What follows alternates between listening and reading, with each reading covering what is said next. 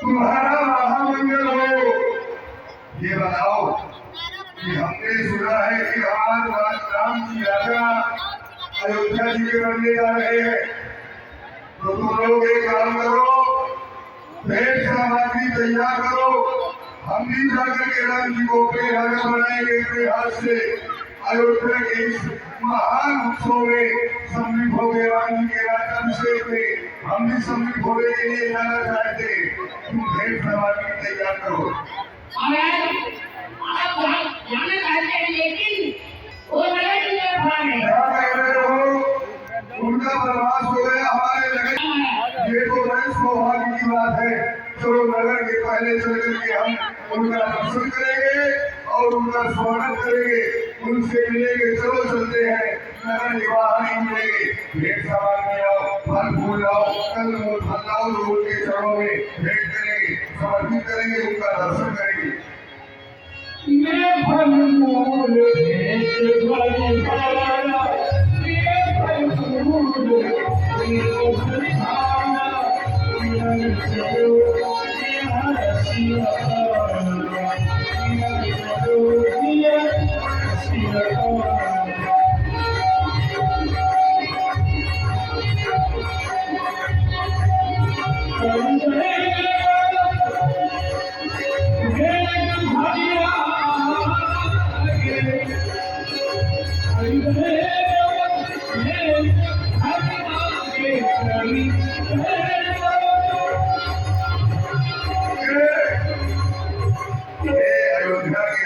भगवान राम,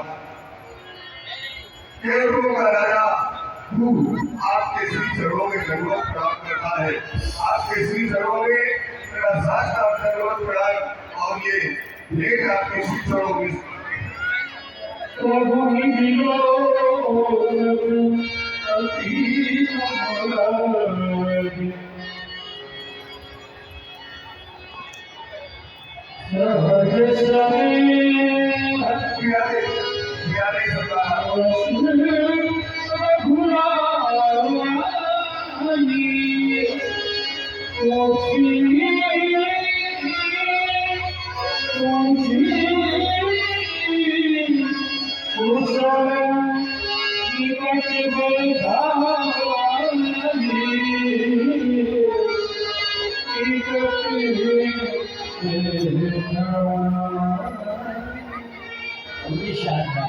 आदेश करे, सरकार आदेश करे, सेवक सेवा करने के लिए। आज आपसे भेंट हुई, हमारा हृदय प्रसन्न हुआ और हम जानना भी चाहते हैं कि सभी प्रकार की कुशलता तो है। ये क्या कह रहे हैं कृपाल बोला, भला संसार में जिसे आपकी बनाए उसके जीवन में कुशलता आए। हे कृपाल, आज कुशल को पंकज लेके भार भाजन दिन लेके आपके श्री चरणों के दर्शन करके, इन श्री चरणों के दर्शन करके आज मैं कृतार्थ हो गया। भाग्य वालों में मेरी गिनती होने लगी। आप विचार करो, मैं कुछ केवल गंगा जी के किनारे रहकर अपना जीवन यापन बिताता हूँ अपने परिवार के समेत। और हाँ राम जी, ये जो हमारा परिवार है ना, ये आपके श्री चरणों का सेवक है। देव धरणी पंधाम तुम्हारा, मैं जन्मी सही परिवारा।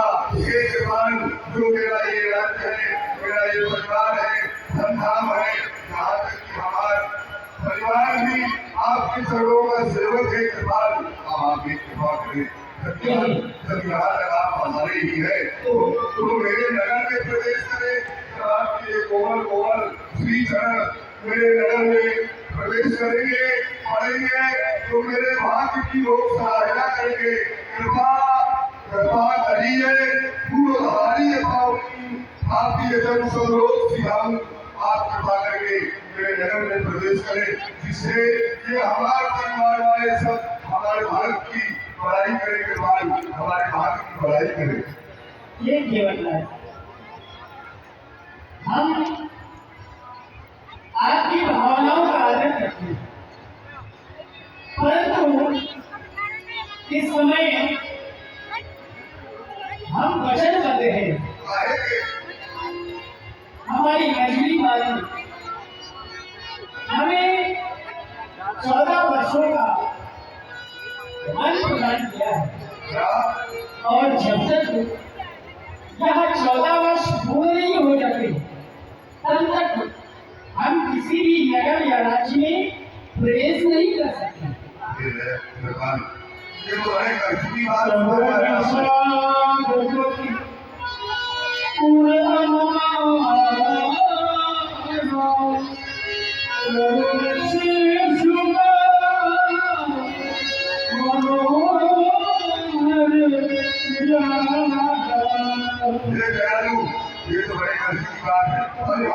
और हम आपको यहाँ नहीं ले लेते राम जी, तो चलो आप मेरे साथ, मैं आपके रहने का एक उचित स्थान बता रहा हूँ।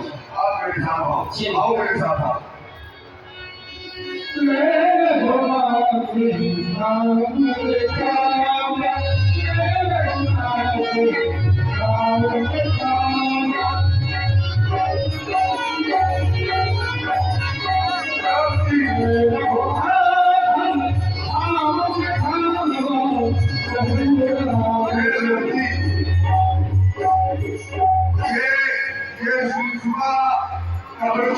ये हमारे दादा के दादा ने लगाया था राम जी। ये बहुत पुराना वृक्ष है। और आप यही पर आपका स्थान बनाए, मैं आपकी सारी सेवा करूंगा। आपकी पूर्वजों का, ये हमारे पूर्वजों का लगाया का वृक्ष है, मेरे दादा के दादा ने लगाया। बड़ा ही स्थान है। एक सेवकों, आज इसी में राम जी के आसन की व्यवस्था करो। लाओ लाओ कुशाओं का आसन बनाओ। लाओ ये लाओ लाओ लाओ जल्दी व्यवस्था करो। सब लोग सेवा करो। हमारे भाग जागे हैं जो हमारे यहाँ राम जी पधारे हैं। सब लोग सेवा करो। मिला दो राम दिया, मिला दो सुंदर आसन में मिला। लाओ कुछ लाओ हो लगाओ राम जी का। सब लोग भोग है।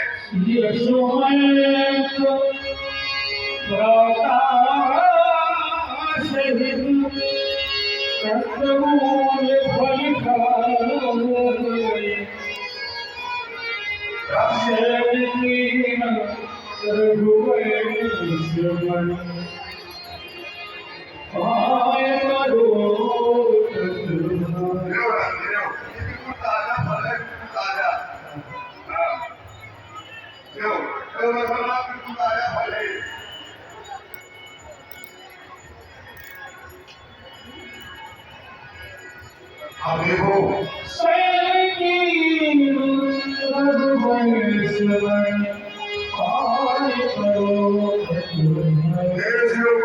हम राम जी के विश्राम करने हम लोग अपने अपने हथियार लाओ। कहाँ है तुम्हारे हथियार? लो हथियार सुरक्षा बना लो। सावधान रहना, कोई हिंसक जरवन पर आक्रमण न करने पाए, इसलिए सब लोग सावधान रहना। मैं वही घर की घर रहूंगा, यहाँ सामने से कोई आगे नहीं पाएगा। मैं जब तक राम जी सोते रहेंगे तब तक यहीं पर राम जी की रक्षा करता रहूंगा।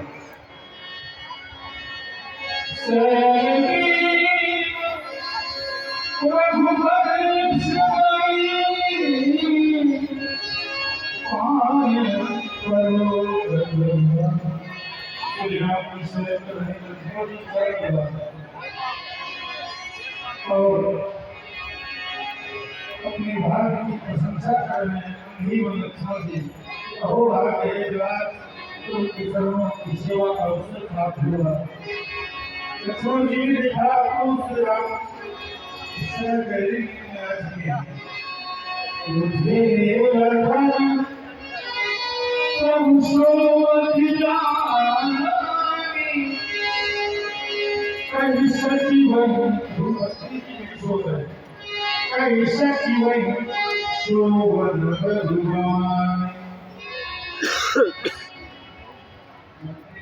ये बात समझिए। एक है एक राम, आप अभी तक सहन नहीं कर रहे हैं। आप निश्चित होकर के सहन करें, मैं गुरु की सेवा कर रहा हूँ। हाँ मंत्री जी आपको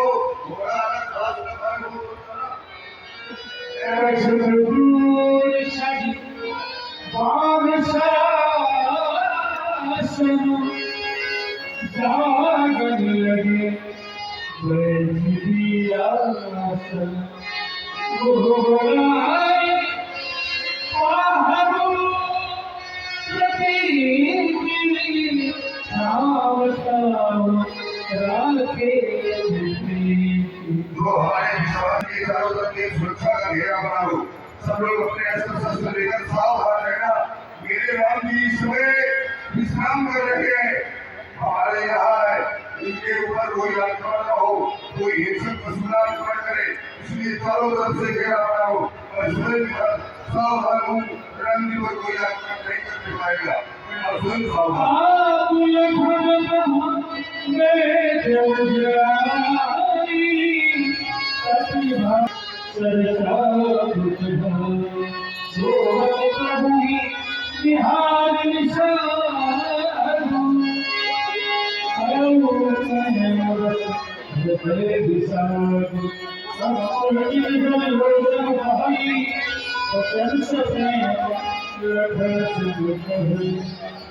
इस संसार में ऐसा कौन होगा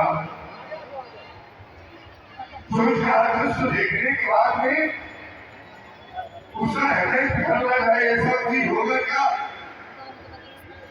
राम जी को इस तरह से कुशाओं के आसन पर सोते हुए पर प्रखंड में देखेगा तो क्या उसका हृदय नहीं पिघलेगा?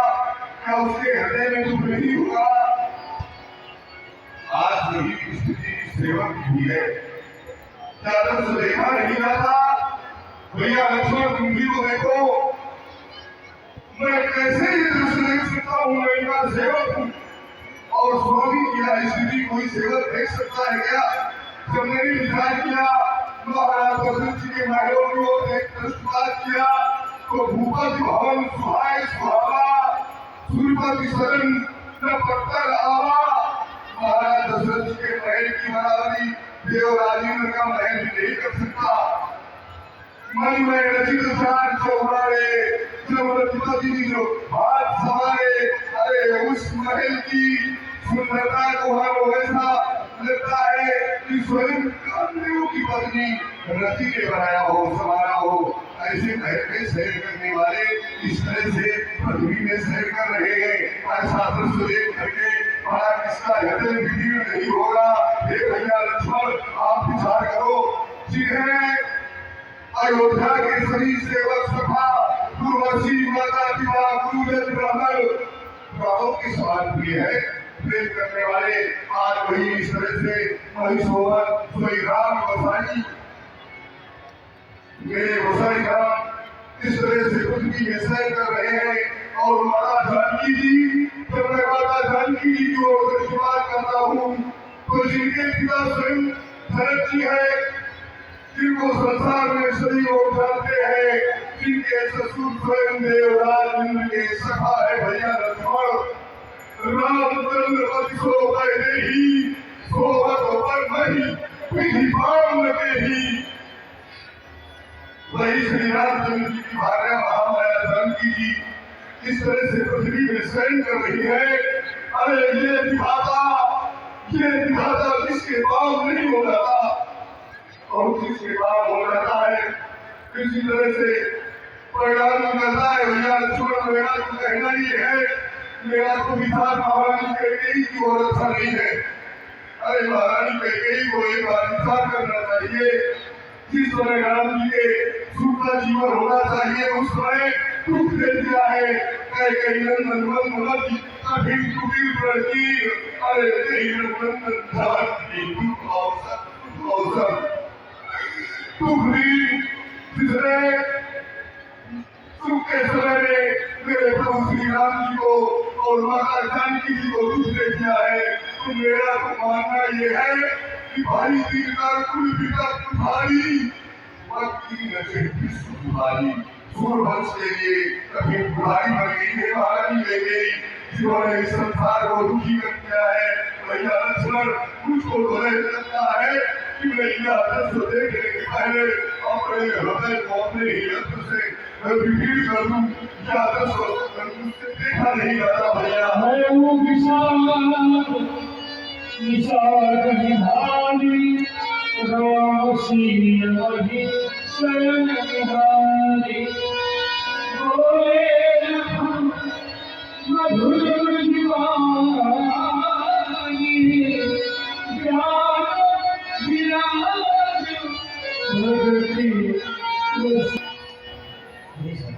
आप दुखी हो रहे हैं?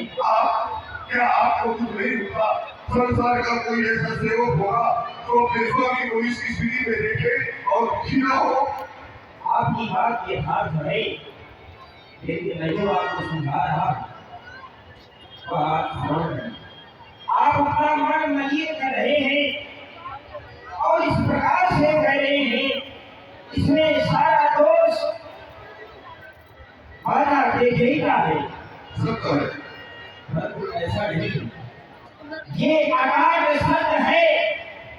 काम को सुख दुख कर दाता, निज कृत कर्म भोग सत्य, योग धर्म हित अहित मध्यम ब्रह्मता। ये जो तुमने संसार में भोग विलास सुख समृद्धि का वर्णन किया है, इस पर आसक्त होना ये बहुत बड़ी भूल है। क्योंकि जो नश्वर है उसके प्रति कैसी आसक्ति को प्रभु चरणों में होनी चाहिए, जो कल भी थी और आज भी है और आगे भी रहेगी। आज है और कल नहीं है, वहाँ कैसी आसक्ति, वहाँ कैसा जोड़ा, ये सब नश्वर है। इस पर तुम अपना चिंतन मत करो। सदा परम परमार्थ देहु मनक्रम वचन राम खोते हो। यह जब जीव मध्य कर्म में होता है तो प्रभु से निवेदन करता है, हे प्रभु मुझे इस नर्क से बाहर निकालो। मैं इस नर्क लोक पर जाकर के तुम्हारी अर्चना वंदना उपासना करूंगा। लेकिन अंत में होता क्या है? भोग कलहा धावर पानी चिर जीवनी माया न प्राणी माया में कृष्ण हो जाता है और मोह रूपी निद्रा में सो जाता है। मोह था सब सोवनी हारा देखे स्वप्न अनेक प्रकार के स्वप्न देखने लगता है। ये सारा संसार सो रहा है। अगर सारा संसार ये सो रहा है तो जो कीड़े कीड़े मकोड़े की तरह घूम रहे हैं ये जग नहीं रहेगा भैया। लौकिक में जग रहे हैं लेकिन माया में ग्रसित है। कोई निशा सो नहीं आ रहा। मोह रूपी निद्रा में ये लोग सो रहे हैं लेकिन इनमें जगते भी जगते हैं। हाँ, वो कौन लोग होते हैं जो जगते हैं? जागा हुआ कहा जाता है। अभी तो हमारे आचार्यों के द्वारा एक उपाधि दी गई, यह जगयान जागे जोगी। और जोगी होते कैसे हैं? जिन्हें भोग विलास से संबंध ना हो, झावे से संबंध ना हो, दृष्टि से मतलब ना हो, तभी उन्हें एक उपाधि मिलती है, यह जगयान जागे जोगी। परमार्थ के लिए परमारथ प्रपंच भी होगी। इसलिए सखा देखिए सुनिए जो इस संसार